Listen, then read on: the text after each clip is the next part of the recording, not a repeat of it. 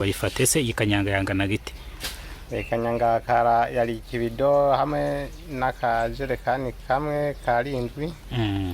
Ubwo nyamuntu abasirikare bari bari ahantu bacona uwo muntu arayitsimbye, amaze kwitsimba hanyuma utayitsimbye abari waza akayitsimbura, amaze kwitsimbura hanyuma abasirikare baca baramubona kubera ko babonye ko ntayitsimbura kandi babantu zenya nawe. Uretse gata kugira ngo dusobanukirwe, no kuvuga ngo yaje arayitsimba, no kuvuga ngo baje barayitsimba, abo bagabo bari bafite kanyanga sibyo?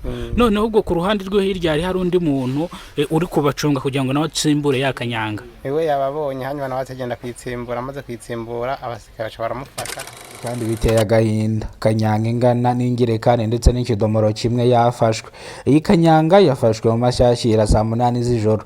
Gusa hano hari umuturage aho iyi kanyanga yafatiwe yarahari ndetse ni hafi yo mu rugo rwiwe, araza kudusobanurira uburyo ki iyi kanyanga yafashwe ryari, ese byagenze bite kugira ngo iyi kanyanga bayifate.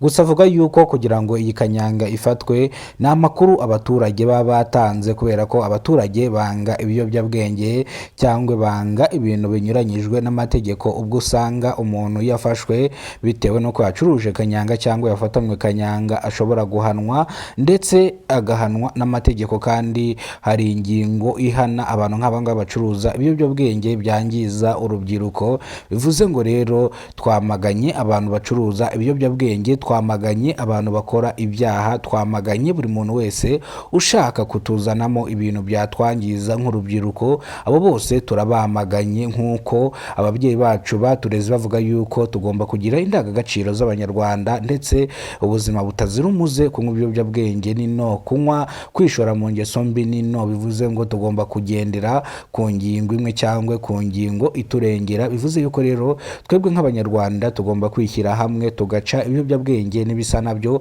ababikora tugatanga amakuru hakiri kare bagafatwa.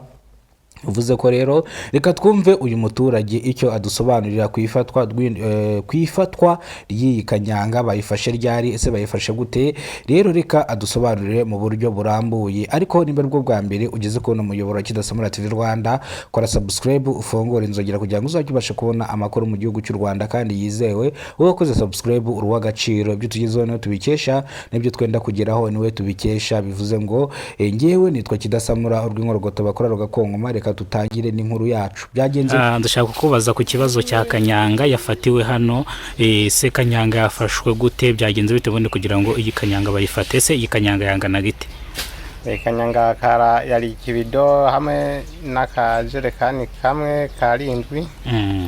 Ubwo nyamuntu abasirikare bari bari ahantu bacona uwo muntu arayitsimbye, amaze kwitsimba hanyuma utayitsimbye abari waza akayitsimbura, amaze kwitsimbura hanyuma abasirikare baca baramubona kubera ko babonye ko ntayitsimbura kandi babantu zenya nawe. Uretse gata kugira ngo dusobanukirwe, no kuvuga ngo yaje arayitsimba, no kuvuga ngo baje barayitsimba, abo bagabo bari bafite kanyanga sibyo?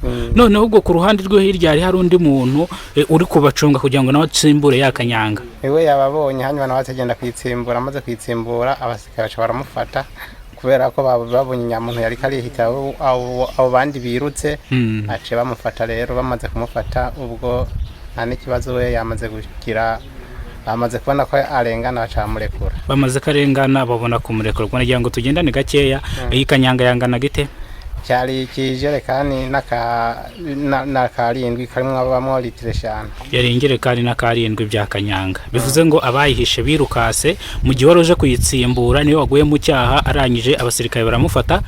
Kumufata basanga icyani kimuhama, nawe ntazo biva naho bijya. Bivuze ngo yaraje kurya boro birangira nawe bamufashe cyane gose. Iyi kanyanga ubu yashyikirijwe ubutabera cyangwa yajyanywe aho izindi kanyanga bafata bazijyana? Yashyikirijwe ubutabera kubera ko bazijyanye abandi bayobozi bagenda kuzimena, ubwo bagiye kuyimena. Bivuze ko rero ubwo ngubwo ku bufatanye n'inzego z'ibanze ndetse n'abaturage kugira ngo bafate uwo mugabo cyangwa kugira ngo bafate iyo kanyanga, amakuru abaturage nabo batanze amakuru.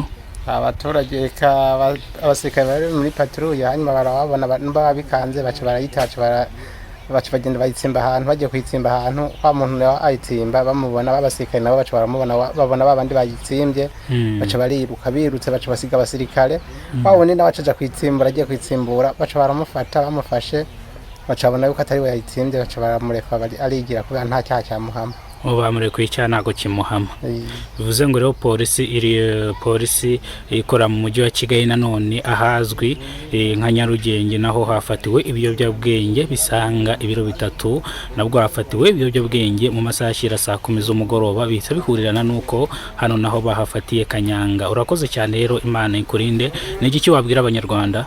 nuko botinya kwinjiza ibiyobyabwenge ngaha mu Rwanda hanyuma bagakora ibintu byemewe n'amategeko bakareka kumva yuko bohangayikishwa no kwama bagiye kuzana ibintu biza kuza kurarura mu mutwe abaturage b'u Rwanda.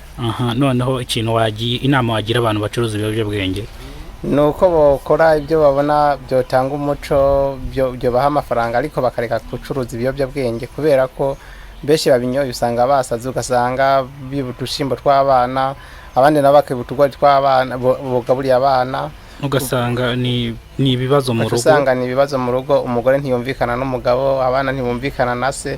Icyo ni cyo hano abanyarwanda bakareka kuguma bagira bacuruza ibiyobyabwenge kugira ngo abana bicwe n'inzara n'umugore.